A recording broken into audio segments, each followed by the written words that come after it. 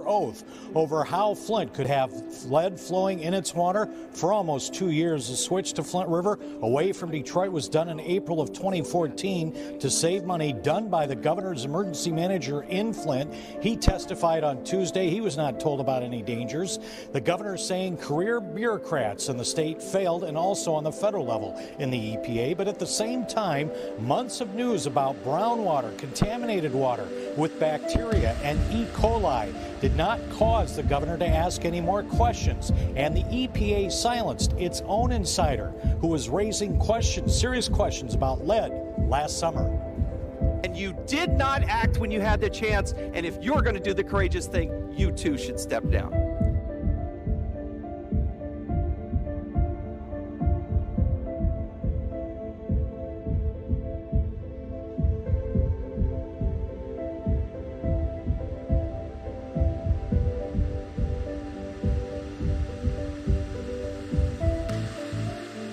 Good evening, everyone, and welcome to Season 4, Episode 7 of the Green Table Talk on the topic, A Decade Poisoned, the Flint Water Crisis 10 Years Later. I'm your host, Kayla Shannon, a senior at the illustrious Spelman College and an advocate for the city of Flint. Welcome to our homes. Today's episode is being recorded virtually, and we're so excited and honored that our guests have welcomed us into their homes for this important conversation today. Before we get started, thank you to our Green Table Talk partners and sponsors, the Environmental Defense Fund and the Climate Action Campaign. And also, even before I get started with that, let us take a moment to welcome in our guests. If each of you could go ahead and introduce yourselves, give our audience important information to know. And as we are having this important discussion, something special I'd like us to do today is, as you're introducing yourself, also give one thing you love about Flint. We can start with Jeremy. Hey everyone, my name is Jeremy Orr. I'm an attorney, mainly focused on civil rights and environmental law. I work full-time at an organization named Earth Justice as a director of litigation and advocacy partnerships, but I'm a lifelong Michigan resident, born and raised in Detroit.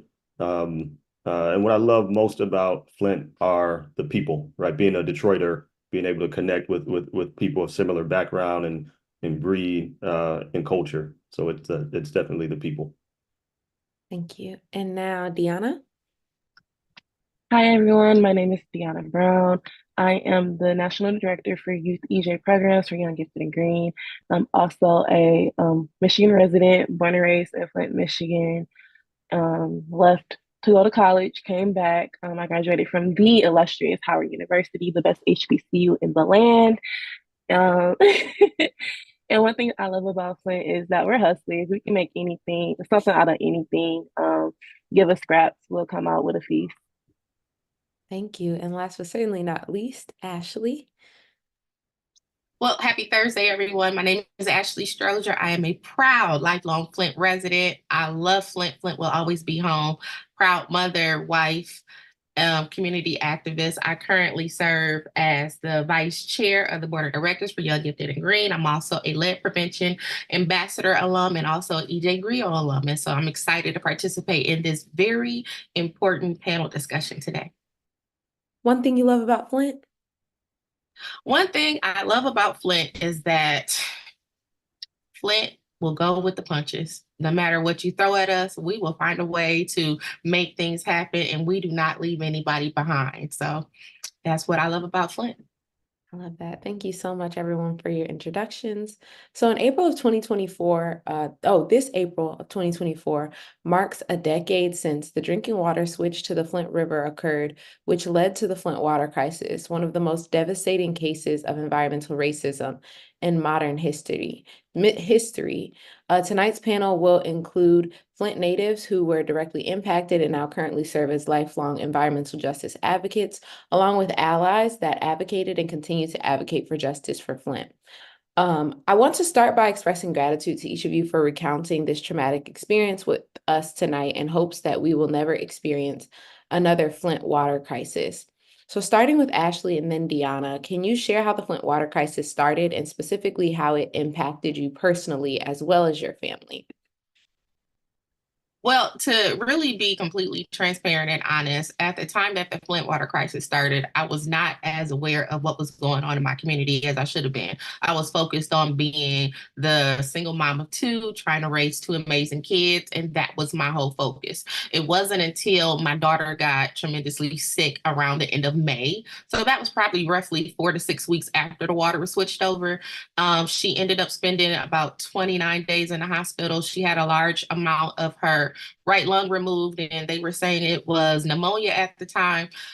Here we are 10 years later. Nobody still will give me documentation to say that it was indeed Legionnaire's disease because we did not say the word Legionnaire's disease until later on that year. I truly believe that my daughter was the earliest adolescent case of Legionnaire's disease, but unfortunately, because I wasn't the advocate that I am now, I didn't know to ask the questions that I know to ask now.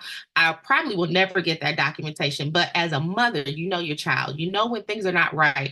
And she had just celebrated her second birthday. So how is it that on May 16th, she goes from being this perfectly healthy child, had a her well child appointment, always up to date on her immunizations, and then not even 2 weeks later, my child was in the hospital. In the midst of all of that, my son was somehow it just appeared that he's now this asthmatic kid. So those 6 months between April and I would probably even say October, I saw the immediate changes that affected my children.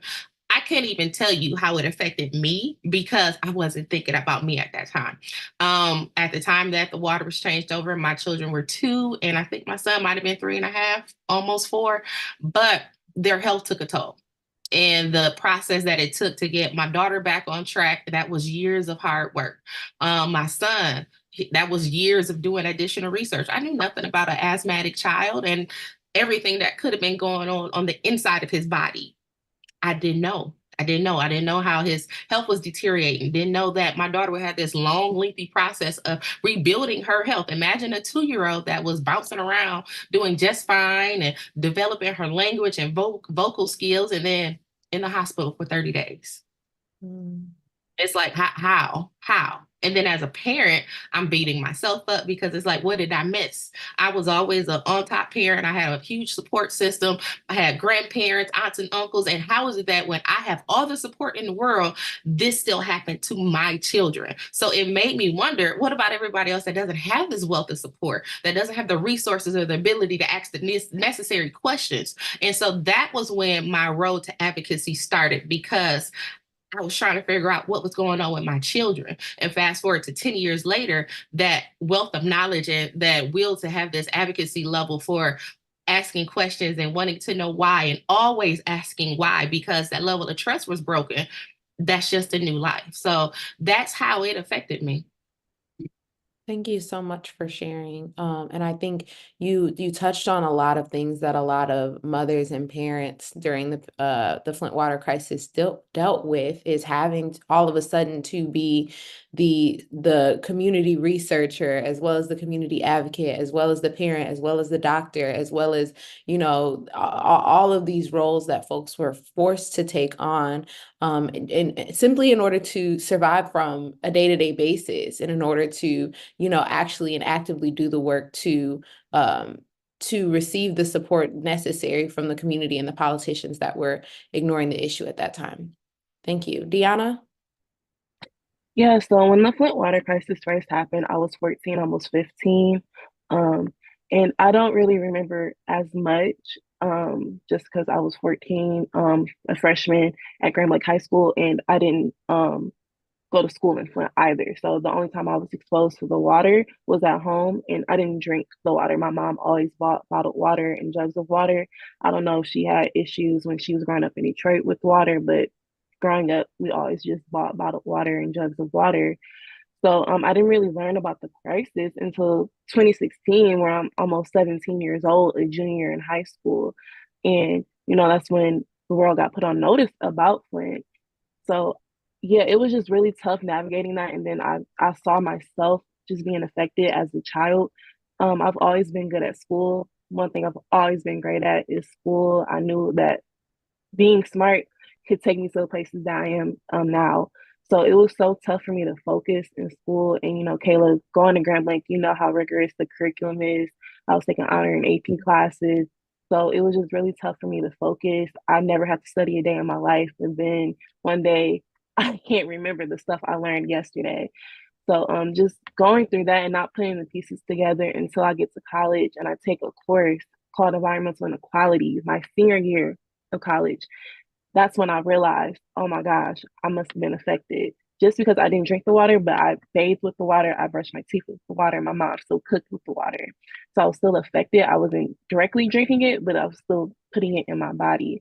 And like I said, so I get to college.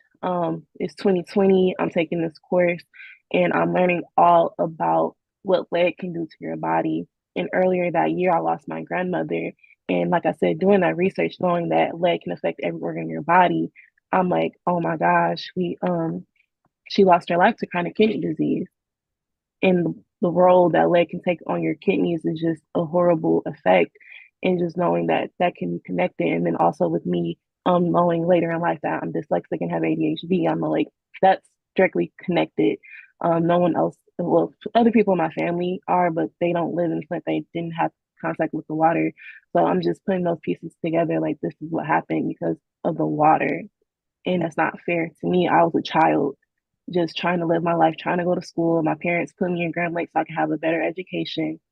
And I'm still being affected by things of Flint just because I'm a resident. And like I said, it wasn't fair to me. It wasn't fair to my family, losing my grandmother in 2020, especially, everything going on with the pandemic. It was just a really tough battle dealing with all of that all at once when I was 20 years old in 2020, almost 21. Yeah, thank you.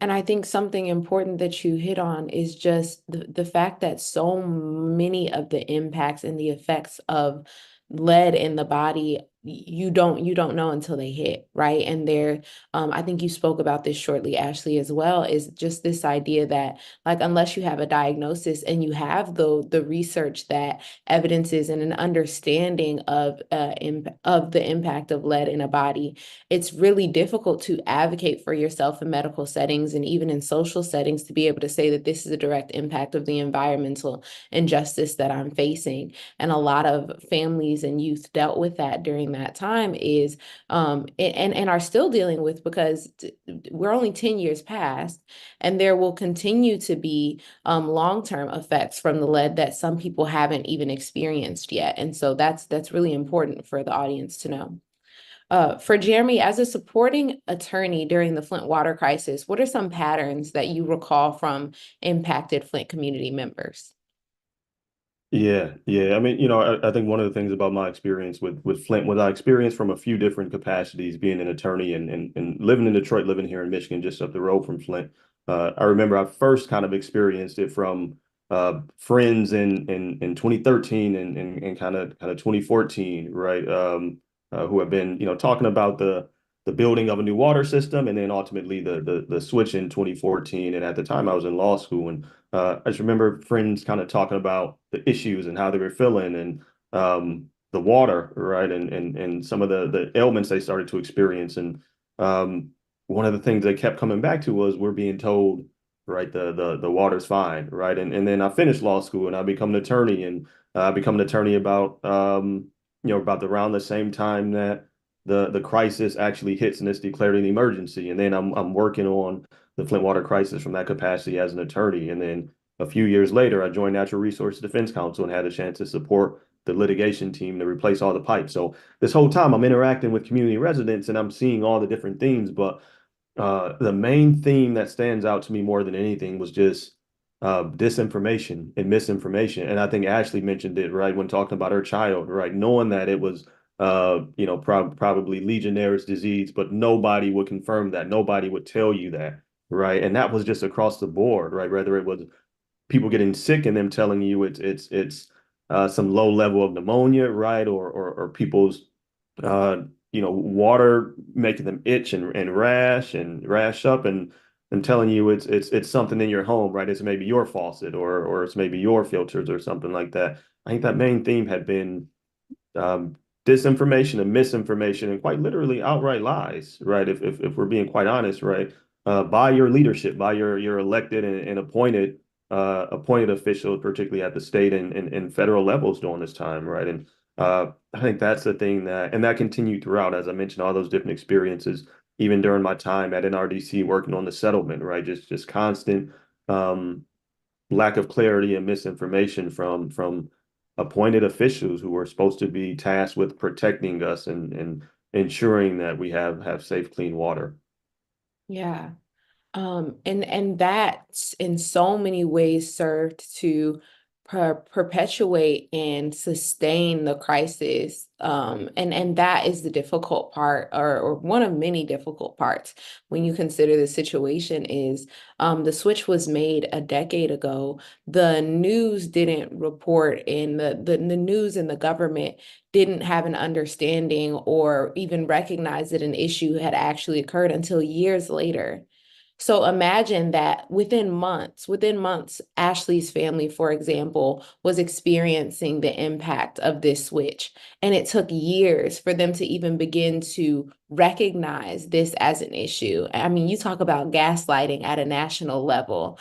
And there again, we're just so many and continue to be so many ongoing impacts because of that misstep, because and not even a misstep, it was a blatant act of injustice for the community. And so and you consider like what kind of retribution even exists at this point, right? Like, there have been settlements and some people have been charged, but again, there are lifelong impacts. Like there are hundreds and thousands of people who will be impacted by this for the rest of their lives, if not directly, but then indirectly because of their family members dealing with the fallout from this disaster.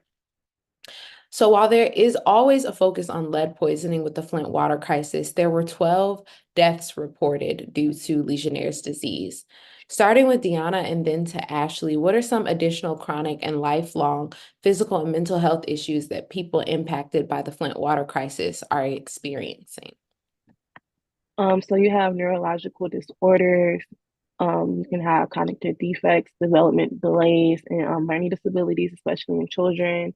One of them, you have the behavioral and emotional challenges. So you have aggression, impulsivity, impulse control issues, and that can persist into adulthood. And you have the physical health complications. Long-term exposure to lead can lead to various physical health problems such as high blood pressure, kidney damage, reproductive issues.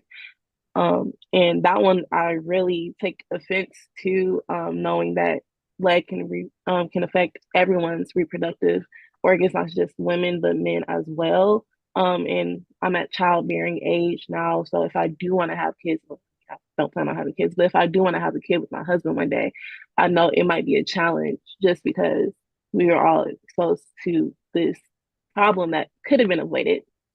You have respiratory issues, and you have chronic illnesses, and then the pandemic adding on top of pre-existing health conditions just exacerbated the effects of lead poisoning and just being exposed to lead even more. And then you also have community distrust. I know I don't trust the government. Ashley said she doesn't trust it. I don't trust the local, state, or federal just because of the way they handled the situation. Yeah. Thank you, Dionna. Ashley?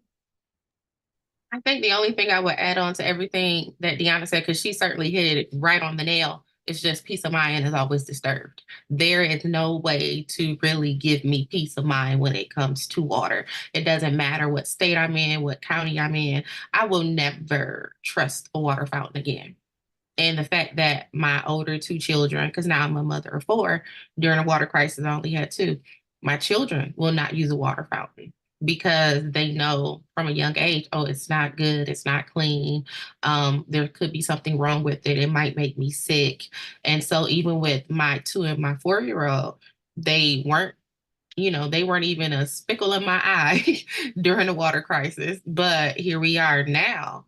They don't even use a water fountain. So this is generations of breakdown and distrust, and its peace of mind will be forever disturbed.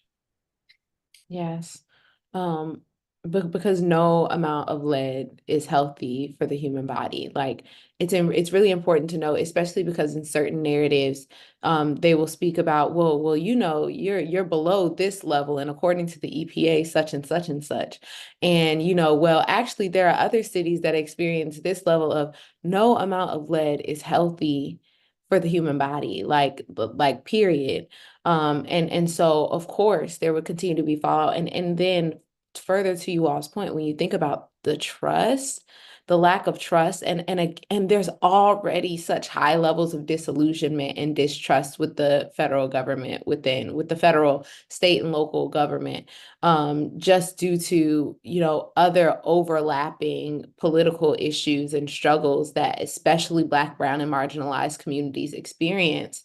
But you take that one step further with, again, a blatant act of subjugation. Like it makes it really difficult. It makes it really difficult to rebuild that relationship. For Jeremy, as it relates to the class action lawsuit, what public health issues are covered and what is missing?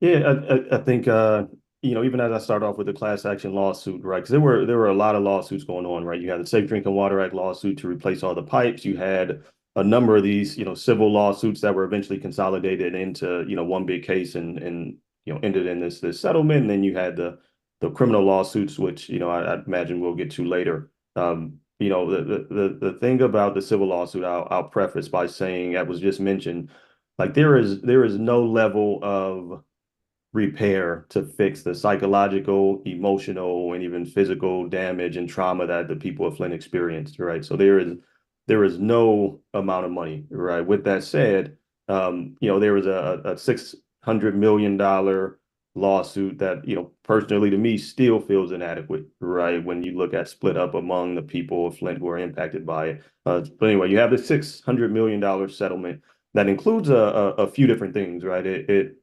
includes, residents who will get a settlement that, had physical injuries, who had property damage, who had economic losses. We talk about the loss of property value in the city of Flint and homeowners and residents, right?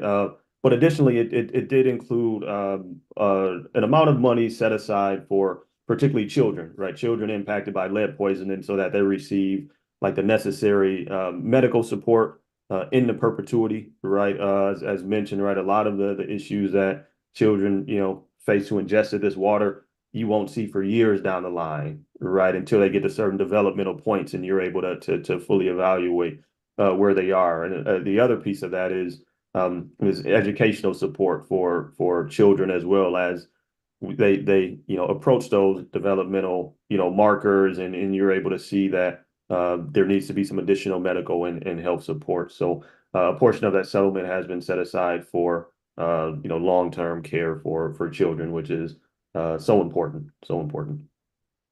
Thank you.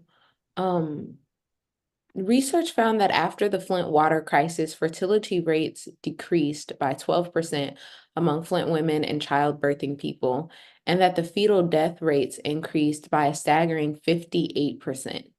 The overall health of Flint children at birth decreased as well compared with children from other Michigan cities. These are heartbreaking statistics. So, Ashley, as a mother, what has been your personal experience as it relates to the intersection of the Flint water crisis and Black maternal health? And how has that influenced your community leadership and activism? But anytime that you think about someone being excited about bringing life into the world, and when you're not able to experience pregnancy the way that you want to, you're not able to go from discovering that you're pregnant to actually holding a baby, and to know that the Flint water crisis could have had something to do with that, that hurts. And the number of women in this community that have experienced that loss will never be accurately accounted for, because pregnancy losses are not necessarily counted in the way that they should be. They are really quick to discount it to, oh, your body wasn't healthy, or sometimes these things just happen. And there's never enough research done for Black women when it comes to their pregnancies. The water crisis has, excuse me, The water crisis has caused Black women to ask more questions, Black and brown women to ask more questions, to seek better health options. And it's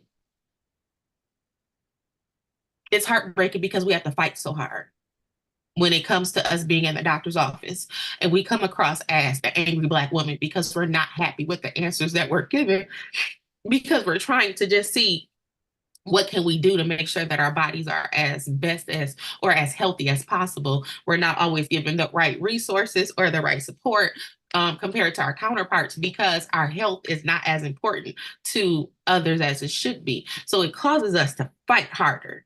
And sometimes that fight is misinterpreted as anger because people do not understand the loss and how it affects us.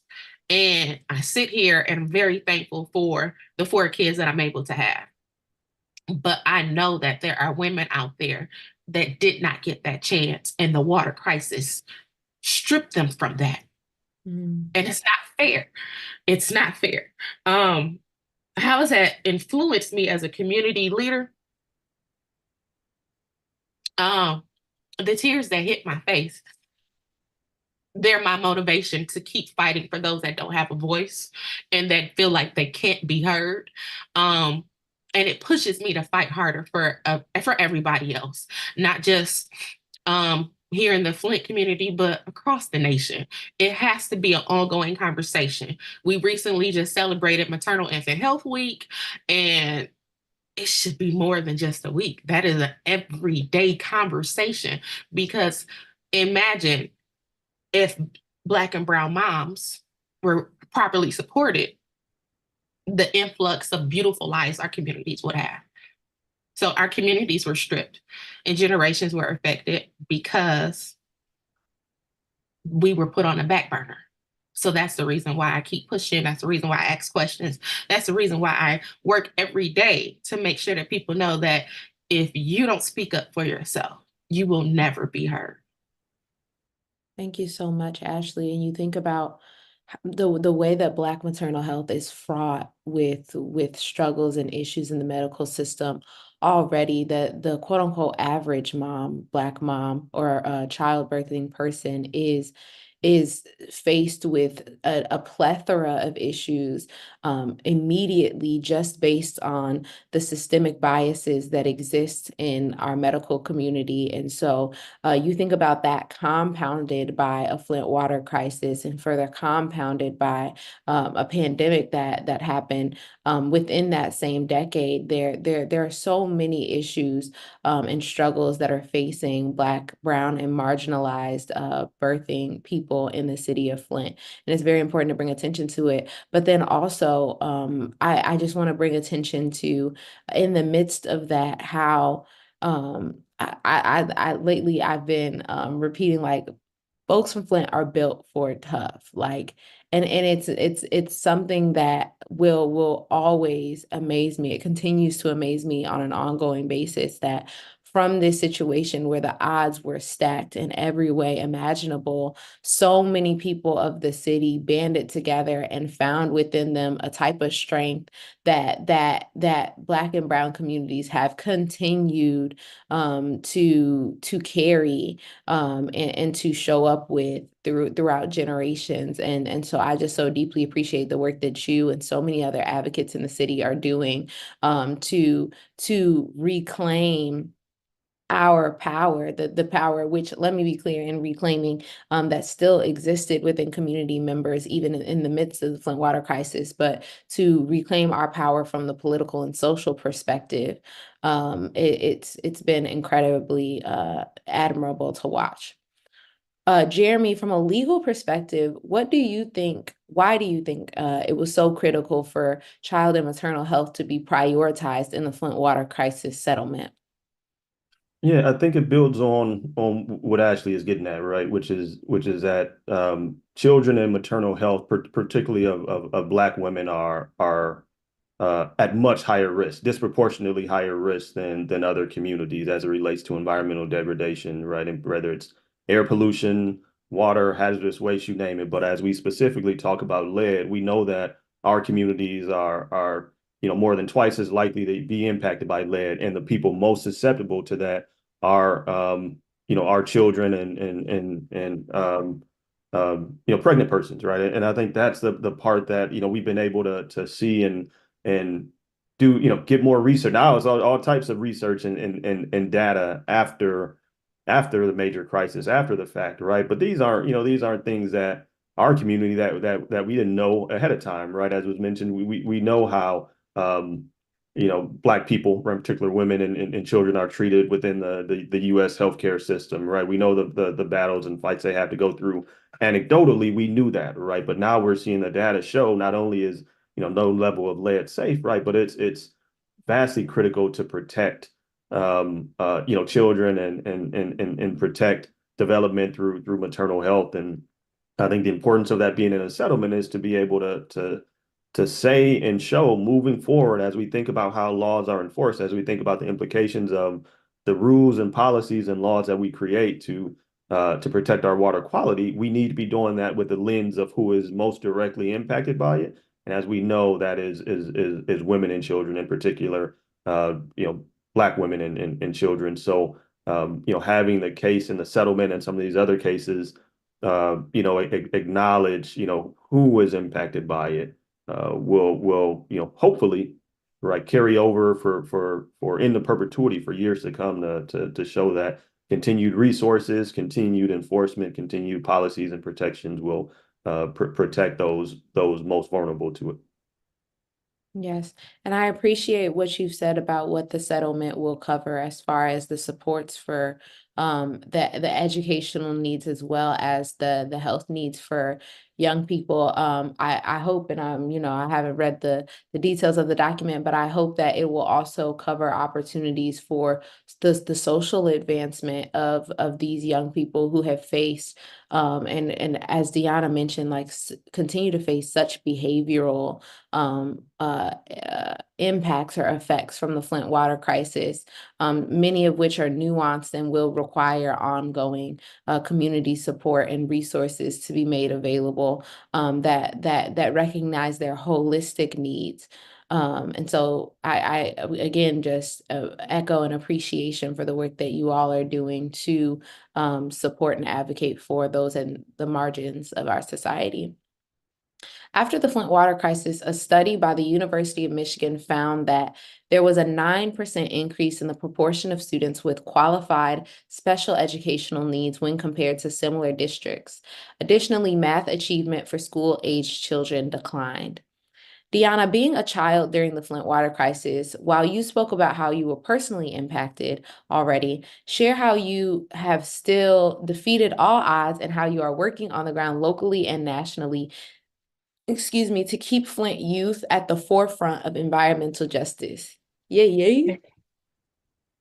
But first, I want to say thank you, Ashley, for sharing your story. I had tears in my eyes. I had to go off camera real quick because that was just so powerful. But for me, I graduated from Grand Lake High School in 2017 with honors. I went on to go to the illustrious, the best HBCU in the world, Howard University, where I graduated in 2021 with my bachelor's in sociology. I took a gap year after that because I didn't know what I wanted to do anymore. Life was lifing. It was the pandemic. I didn't want to learn online anymore. I took the LSAT twice by that time, but I didn't want to be a lawyer anymore. But then that changed when I got accepted to go to Wayne State because I thought I wanted to get a PhD. So I'm finishing up my master's of sociology. I graduate next week from Wayne State University. Thank you. It's been long. It's been long and hard. So yeah, I graduate next week with my master's. And after I finish with my master's, I will be going to I don't know what school yet, but I got accepted to 5 different schools for their master's of public health program. So I will be doing that in the fall. And after that, I will be going to law school. I retook the LSAT in November, got the score that I wanted, and I actually got accepted to 2 different law schools that I applied for, and I deferred for 2 years at this point. So I'm really excited to go to law school to accomplish a goal of mine since I was 8 years old. I've always said I was going to be a civil rights attorney, but my professor at Howard, Michelle Doble, I love you, sis, if you watching. I love you so much. And you know I love you. She changed my whole thinking. She changed my career path. She made me look at environmental rights and civil rights. So essentially, I still will be a civil rights attorney, but I'll be focusing on environmental justice efforts. And yeah, so what I do for Flint and beyond for youth. So as mentioned before, I am the Youth EJ Programs Director for Young Gifted and Green. I've been in this role since 2021. I started off as the intern on my last semester of college in 2021, and I turned into a staff position in August 2021, and about to be going on 3 years now. And yeah, I teach a summer camp for Flint youth, teaching them about environmental justice, teaching them about policy, redlining, gentrification, basis of environmental justice, the history of the EJ movement, beauty justice, hygiene justice, anything you can think of. I like to teach the kids. We also partner with the Flint Public Health Youth Academy for that. Dr. Key teaches the public health side of things, and I go up behind him and teach EJ. And also, I run the Youth EJ Council. The lovely Kayla Shannon was on the first cohort, and now the lovely Ashley has 2 of her babies on the Youth EJ Council for the second cohort. And I teach them basically how to become an activist. I always like to say I'm training the next generation of activists. I'll be 25 next week as well, so I'm not going to be youth anymore. But just stepping into this role with Young Gifted and Green has really allowed me to express my concerns with climate change, EJ, anything, and also allowing me to teach the youth. I never imagined me teaching youth. I kind of feel like Issa Rae a little bit with We Got Y'all. I'm working for a nonprofit and working with kids, but I never imagined my life working with kids. But the pandemic changed so many things, and it made me realize that my path was longer and a little bit harder because my calling is higher. It's higher. I know that I'm going to create big change in this world. Even now with my master's, even before, while getting my master's, I've had so many opportunities just because of Young Gifted and Green and Latricia believing in me and believing in Flint youth. She loves Flint youth. She loves Flint. And I appreciate her for that, for loving Flint, and loving me as her own. Like if I'm her child, she loves me like I'm her own child. And I really appreciate that. And the love that she gives to me, I like to pour back into the youth of Flint. Just seeing the kids who I look like, okay, they can be my younger sibling at this point. I have a almost 13-year-old little brother. So I'm teaching kids his age and younger. And I'm looking to them like, I'm your big sister. I can help you with anything. Me being a first generation college student, it's been hard, but I'm making it. I'm doing it. I'm making my family proud. I tell my mom every degree I get, it's for you, for all the sacrifices that you made in your life to make sure me and my brother had a better life than you have. And I owe her for everything. I'm about to tear up just thinking about it. But yeah, it's been hard. Like I said, it's been hard. But like I said, I know my calling is higher and the work got to be done. So who else but me? If not me, then who? Yes. Period. Y'all, look, this when I say Dionna put on for the city, like she is such an inspiration and a source of wisdom and insight, and I am so proud to work alongside her and to be able to see the manifestations of all of the hard work and effort that she puts into this work and into her academic work day in and day out. And so it's so great to just hear you talk about your success story, because so often when we discuss the Flint water crisis, people speak so much more about the desolation and the degradation of the community than they speak about the success and the wonders and the absolutely beautiful and amazing things that so many people have been able to create in the midst of this struggle, and in spite of the decisions that were made by their state, federal, and local officials. And so I really, really appreciate your story. But I also have to say that Spelman is the #1 HBCU, and we just really don't have to go back and forth about this anymore. Like, the numbers don't lie, everybody. Anywho, moving right along, Ashley, as a wife, mother, and an avid community leader, how do you successfully work to serve Flint children and families who are still grappling with the irreversible damage from the Flint water crisis? I make sure that I am constantly supporting nonprofits and other groups and community support groups in the area that actually mean well, that actually have a purpose and not just trying to reach whatever their quota is or their bottom line, but actually want to put into the community. I'm very proud to say that for the last 3 years, I've been a part of the team at Communities First Incorporated. But that opportunity has also showed me the different organizations that are in our community that have been here before the water crisis and that are still pushing hard after the water crisis. It's very important for people to know what these organizations are standing for and what their purposes are, what their mission statements are, and how they're embodying it. I enjoy being a part of the Flint Registry and pushing those efforts forward. And I remember when the registry first came out and people thought it was just a way to collect information, but the registry is still going strong. They recently launched RX Kids, which is additional resources for our community. So when people or organizations are putting out good information, they have good background, and it's important to make sure that how we were disinformed years ago, that doesn't happen anymore. So I'm always pushing out good information. I'm always looking for opportunities for our youth and the children in the community to be successful. I'm always asking questions, looking for ways to be a good advocate for other parents, and just looking to put out those good vibes. And I truly believe that it's those good vibes that keep our community stronger, is bringing us closer together, where you can't break us down and tear us apart anymore. Thank you so much, Ashley. Now, in the words of our beloved Jennifer Lewis, Flint ain't fixed. And not a single individual who was responsible for poisoning an entire city has been held accountable. Jeremy, can you break down the criminal aspects of the Flint water crisis and why no one has been held accountable? Yeah, I mean, I think as I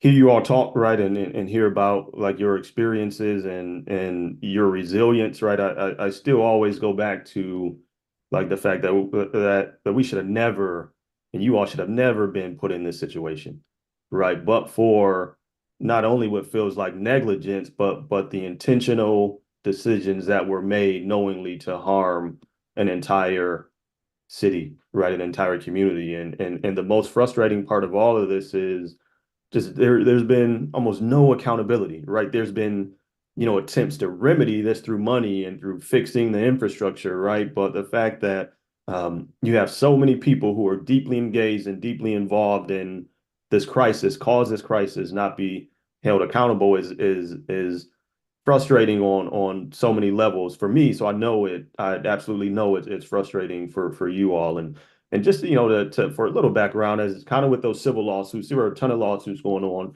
Same with the criminal aspect, right? There were a number of different criminal lawsuits related to the water crisis that were pursued by the state over the course of years that started under the past attorney general and continued under the existing attorney general. And for all intents and purposes, all of them have failed, right? And folks were being, and I say folks, I mean, the government officials that were responsible for this were being, charged with a few different aspects, few different charges. One was willful neglect, right, which is basically, somebody failed to take action to address the concerns that were being raised by the people of Flint. The second was misconduct in office, which is quite literally that, right? You had appointed and elected officials who took actions or made decisions that actively contributed to the water crisis. One of the more serious, you had involuntary manslaughter, right? As we talked about earlier in this conversation, people died, right? Not only were people directly significantly impacted, but people died as a part of the overarching decision to switch the water that triggered a number of different issues, not just related to lead, right, but a number of different issues. And So you had involuntary manslaughter charges because, you know, there were individuals who died. And then lastly, as we talked about just misinformation and outright lies, you had charges for obstruction of justice, right? Which is obstructing investigations into the water crisis that were taking place and impeding information or just providing false information. And the thing about that is you had officials who weren't just providing false information to the residents and the people of Flint, they were also providing false information to other government officials who were actively trying to get to the bottom of the issue and fix or prevent further harm being caused. So you had people making very intentional decisions criminally to cause damage. So I just explained all of that, right? And these are things that we know, that we saw, that people can attest to personally because that was their lived experience. But yet nobody at a high level who was responsible has been charged, right? And a big part of that, as you know, as the court says, right, has been challenges in being able to prove criminal intent and causation and as far as I'm concerned, right, there's more, right, more than enough evidence, more than enough information, right, more than enough email exchanges that were, you know, FOIA through the Public Information Act of who knew and who did. There's plenty of books and research out there of who knew what and when, right? And there are people who should be held accountable at a very high level that just never were, and you know, who knows if they will be, right? Due to you know, minor legal complexities and procedural maneuvers, right, to keep them from being charged. And one thing I'll say to close out this question is, man, the legal system, very much so, the legal system in the environmental like laws that govern us are very, like, they're very similar, right? If you're powerful, if you have money, the law will work for you. Whether you're wrong or right, the law is going to work out in your favor. If you're poor, if you're black, if you're brown, marginalized, otherwise, it is most likely not going to work out well in your favor. So the same way I look at incarceration is the same way I look at environmental degradation of who's disproportionately impacted by it, and it's us, right? And I look at that the same way as who gets the benefits or who gets off and who doesn't, who isn't subject to the same justice system. And it's the wealthy and the powerful. And as we've seen in this situation with Flint on both ends, not only who was harmed by the crisis, but also who caused it and was not held accountable. You know, it just feels like, you know, what we've seen in the legal system since it's been created, right? Just wealthy and powerful people not being held accountable when they should be. And that continues to be disheartening. Even as a lawyer, that continues to be disheartening. Thank you, Jeremy. And I think you touched on a lot of things, and we've discussed this throughout our show today, is just the ongoing intersections between all of these issues, from maternal health to the environmental health to the behavioral health, as well as the inadequacies of our justice system that is unable to recognize and charge people criminally for the impact, that they've had on all of these people, and but more so the same justice system that continues to overcharge Black and brown communities, the same system that is quick to slap a charge and sometimes a lifetime one on charges that are oftentimes dropped or given much less harsh sentencing, and so it speaks to, for me, the importance of taking an approach from a public health framework, right? And recognizing that all of these things are overlapping, right? And that none of these things can be addressed singularly, right? It's so important that as advocates for the city of Flint and for marginalized communities throughout the country and the world, that we continue to take an intersectional, multidisciplinary approach to these issues, because subjugation is not occurring from any one single angle or for any one singular community in a silo, right? There's so much at work in these issues, and it's important that we continue to work together in order to address all of the nuanced impacts and the nuanced barriers in place to justice in the country, and especially right here in the city of Flint.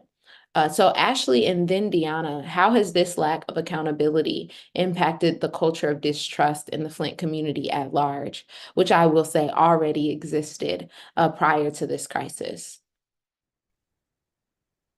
Well, I just believe that, like you said, we already distrusted the government before the water crisis happened, and it's just add fuel to the fire. Like I mentioned earlier, a lot of people don't trust local, state, or federal governments because of this. It's like, they got away with poisoning a black city because they could. It was a black poor city. Who cares about Flint, right? But they didn't realize the residents cared about Flint.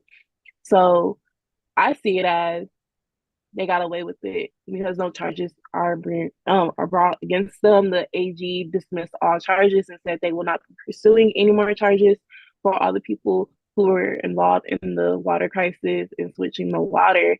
So, like I said, it just shows you can poison a poor black city and get away with it because they wouldn't do this in Grand Blanc. They wouldn't. This would not have been a problem in Grand Blanc at all just because they have a higher socioeconomic status over there because they make more money. That's not fair. Everyone in this country has the right to clean water, clean air, a right to live their life without worrying if their environment is safe for them. They shouldn't have to worry about their children developing any diseases or cognitive or behavioral issues because of the environment. But yet people in Flint have to worry about that, and they will always worry about that. Ashley mentioned that she doesn't trust water anywhere. I didn't either. As soon as I got to Howard, I'm like, I need a case of water. I am not drinking this water. I had a Brita filter water bottle. I'm like, I'm not drinking water straight from the tap. And I never will again. And, I buy cases of water still to this day. And I always will. And like, yeah, I'm environmentalist. Yeah, plastic is bad for our environment. But it's just that's something that will always be in me that I need to buy water. I can't just drink water. If I got a water source, it scares me at times. Like, is it safe for me to drink? Is it safe for me to be around? Will I develop anything else from this water? So it just shows, like I said, they got away with poison in the black city because we are a black poor city. And they didn't think anyone cared about our city, but they forgot the residents cared. And we will always care and we will always fight for our city. Thank you. Thank you so much. Ashley? I think I just want to add to that it sets a bad example for our children. We tell our children there's cause and reaction, there's cause and effect. And when you do something wrong, you have to pay for it or you need to be held responsible for it. But we have a whole generation, maybe 2 generations now, that have seen the sufferings of the Flint water crisis, but nobody has been held responsible. So I am thankful that my 2 other children are participating with Young Gifted and Green and learning more about being environmental justice fighters because they know what it's like to go through the crisis. And these children have now gone through 2 crises. You think about the coronavirus, but prior to that, these babies were in the Flint water crisis. They're crisis experts. So as uncomfortable as it makes for their upbringing, it puts them in a position where they are fighting in ways that we didn't have to, and we weren't properly educated to do so. But I'm not happy with responsibilities not being taken care of when those being responsible, I just feel like at this point, an apology would be nice. I mean, it wouldn't do much, but it's like, take some ownership for what you did. But then it also makes me realize that not only us, the residents of Flint, were lied to, but I feel like elected officials were lied to as well because they were the face of the city. They were the ones that some of us voted for, and we took trust in them, whether we liked them or not. And so they were lied to as well. Everyone was lied to. And it's just, Flint is going to be that example of what you don't want other cities to suffer from. I remember being in Washington, D.C., probably about fall of 2014, and being at the Capitol and walking past certain people's offices, and a water fountain was there and it was covered and it said, "Do not use." Now, I'm here visiting from Flint with other Flint fighters, and I'm at the nation's capital, and I can't even use the water fountain. So if I can't trust the water fountain in DC, you expect me to trust it back at home? And I remember taking that picture, and it was like, I can't get away from this, from these water fountains being roped off as if it, just giant yellow caution tape. And it's here in the Capitol, it's here back at home, but I bet you that water fountain at the Capitol right now, it's been fixed, it's been purified, it has the world's best cleaners on it. They check it 3 times a day. But back in Flint, how has life improved? Yeah. Well, everybody, on that note, on the note of that mic drop, we want to thank you so much. We have come to the end of another Green Table Talk, and we always like to leave our audience feeling empowered. And so would each of you all very shortly just take a moment to give a couple words that describe your vision for the city of Flint? What would you like to see? What do you hope to see in coming years? What are you excited about? Just again, something positive after such a heavy conversation, and anyone can start. I can start by saying, man, I want to see the people of Flint thriving, right? In abundance, as I've seen on Insecure. All my friends are thriving in abundance, right? I want to see like the people of Flint thriving, right? But the current people of Flint, right? I don't want to see those people be replaced, right? I don't want to see the community revitalized and then be gentrified, right? I want to see like people thriving, people healthy, people prospering. In a way that shows, as was mentioned by you all, like shows the resilience and the fortitude of the people. So yeah, I really want to see the city thriving. Thank you. I think I'm excited to see what the next 10 years will be like. I want to see how these young fighters that we're grooming and educating will take over and make things better. I want to see some questions get answered. I mean, it's been a decade and some of us still don't have answers. I would like to see some progress so that people will start to feel whole. I want to see more organizations really living in their purpose to help out the community and to advance things so that we can be stronger together. But I am also looking forward to leaded pipes being a thing of the past. I love the pieces of legislation that are coming through at the state level, at the national level, but I want to see more environmental justice. I want to see that becoming the normal thing and not just a catchphrase because people think, oh, it's cool to say environmental justice. No, that affects everyone. I want to see other cities that are similar to Flint, like Benton Harbor, be successful because Flint wasn't the only one.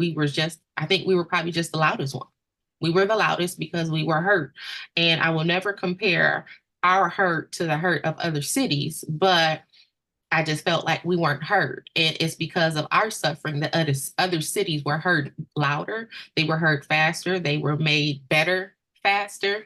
But Flint, we're still waiting in some aspects. We're still waiting for our level of respect. We're still waiting to feel whole. We're still waiting, but we're not waiting for anyone to do it for us anymore. At this point, we're doing it for ourselves.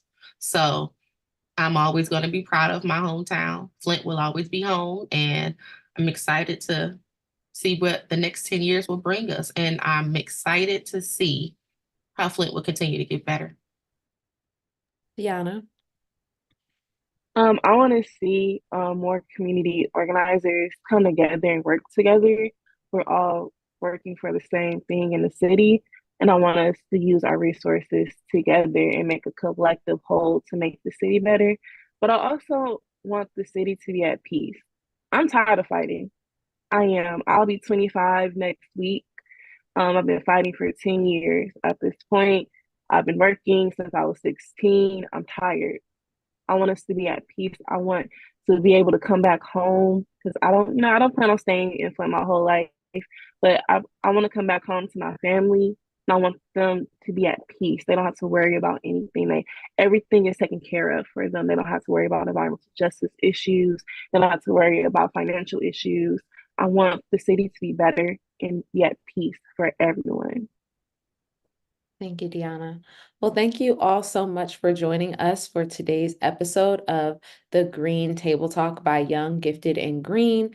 Please join us back here every fourth Thursday